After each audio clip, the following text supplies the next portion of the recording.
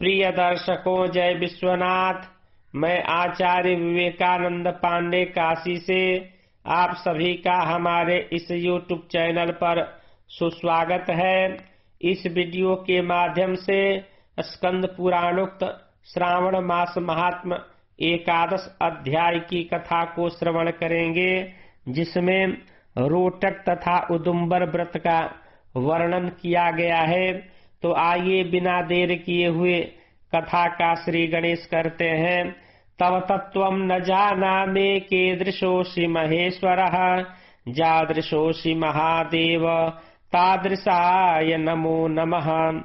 सनत कुमार बोले, हे देव, श्रावण मास के वारों के सभी व्रतों को मैंने आपसे सुना, किंतु आपके वचनामृत का पान करके मेरी तृप्ति नहीं हो रही है।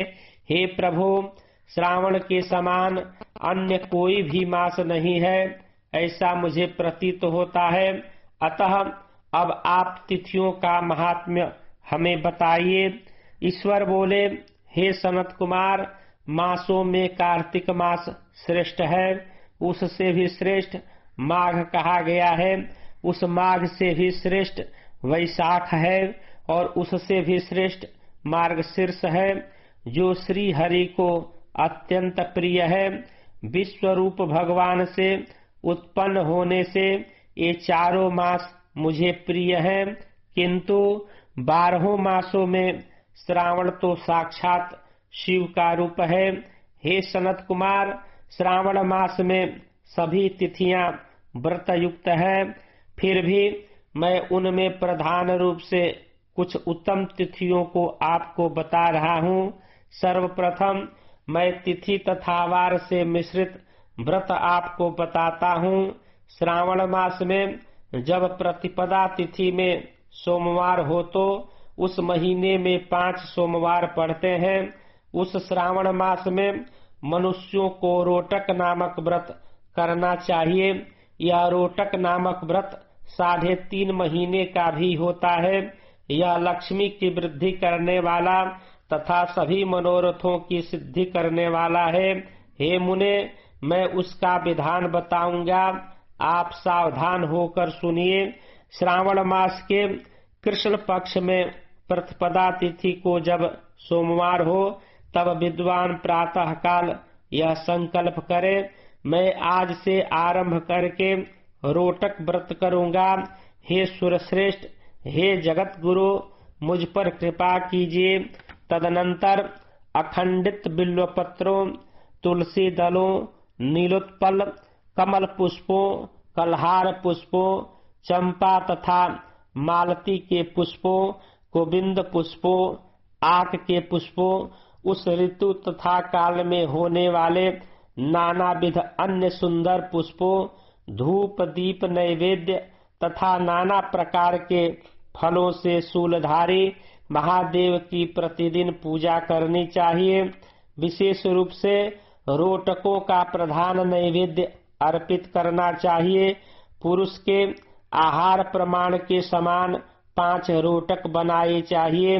बुद्धिमान को चाहिए कि उनमें से 2 रोटक ब्राह्मण को दें, 2 रोटक का स्वयं भोजन करें और 1 रोटक देवताओं को नैवेद्य रूप में अर्पित करें।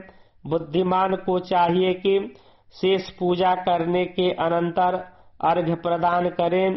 केले का फल, नारियल, जंबीरी नींबू, बीज पूरक, खजूर, ककड़ी, दाख, नारंगी, मातुलिंग अर्थात बिजौरा नींबू, अखरोट, अनार तथा अन्य और भी जो ऋतु में होने वाले फल हों, वे सब अर्घ्यदान में प्रशस्त हैं। उस अर्घ्यदान का फल सुनिए। 7 समुद्र सहित पृथ्वी का दान करके मनुष्य जो फल प्राप्त करता है, वही फल विधान पूर्वक इस व्रत को करके वह पा जाता है। विपुल धन की इच्छा रखने वालों को यह व्रत 5 वर्ष तक करना चाहिए। इसके बाद रोटक नामक व्रत का उद्यापन करना चाहिए। उद्यापन कृत्य के लिए सोने तथा चांदी के 2 रोटक बनाएं। प्रथम दिन अधिवासन करके प्रातः काल शिव मंत्र के द्वारा घृत तथा उत्तम बिल्व पत्रों से हवन करें। हे तात, इस विधि से व्रत के संपन्न किए जाने पर मनुष्य सभी वांछित फलों को प्राप्त कर लेता है। हे सनत कुमार, अब मैं द्वितीया के शुभ व्रत का वर्णन करूंगा, जिसे श्रद्धा पूर्वक करके मनुष्य लक्ष्मीवान तथा पुत्रवान हो जाता है। औदुंबर नामक वह व्रत पाप का नाश करने वाला है। शुभ सावन का महीना आने पर द्वितीया तिथि को प्रातः काल संकल्प करके बुद्धिमान को विधि पूर्वक व्रत करना चाहिए। इस व्रत को करने वाला स्त्री हो या पुरुष, वह सभी संपदाओं का पात्र हो जाता है। इस व्रत में प्रत्यक्ष गूलर के वृक्ष की पूजा करनी चाहिए, किंतु उसके गूलर वृक्ष न मिलने पर भीत पर वृक्ष का आकार बनाकर इन 4 नाम मंत्रों से उसकी पूजा करनी चाहिए। हे उदुंबर, आपको नमस्कार है। हे हेम पुष्पक, आपको नमस्कार है। जंतु सहित फल से युक्त तथा रक्त अंड तुल्य फल वाले आपको नमस्कार है। इसके अधिदेवता शिव तथा शुक्र की भी पूजा गूलर के वृक्ष में करनी चाहिए। इसके 33 फल लेकर 3 बराबर भाग करें। उनमें से 11 फल ब्राह्मण को प्रदान करें। इतने ही 11 देवताओं को अर्पण करें और इतने ही स्वयं भोजन करें। उस दिन अन्न का आहार नहीं करना चाहिए। शिव तथा शुक्र का विधिवत पूजन करके रात में जागरण करना चाहिए। हे तात, इस प्रकार 11 वर्ष तक व्रत का अनुष्ठान करने के अनंतर व्रत की संपूर्णता के लिए उद्यापन करना चाहिए। सुवर्णमय फल, पुष्प तथा पत्र सहित एक गूलर का वृक्ष बनाएं और उसमें शिव तथा शुक्र की प्रतिमा का पूजन करें। तत्पश्चात प्रातः काल होम करें। गूलर के शुभ कोमल तथा छोटे छोटे 108 फलों से तथा गूलर की समिधाओं से तिल तथा घृत सहित होम करें। इस प्रकार होम कृत्य समाप्त करके आचार्य की पूजा करें। तदनंतर सामर्थ्य हो तो 100 अन्यथा 10 ब्राह्मणों को ही भोजन कराएं। हे वत्स, इस प्रकार व्रत किए जाने पर जो फल होता है उसे सुनिए। जिस प्रकार यह गूलर का वृक्ष बहुत जंतु युक्त फलों वाला होता है, उसी प्रकार व्रतकर्ता भी अनेक पुत्रों वाला होता है और उसके वंश की वृद्धि होती है। वह व्रत करने वाला सुवर्णमय पुष्पों से युक्त वृक्ष की भांति लक्ष्मीप्रद हो जाता है। सनत कुमार, आज तक मैंने किसी को भी यह व्रत नहीं बताया था। गोपनीय से गोपनीय इस व्रत को मैंने आपके समक्ष कहा है।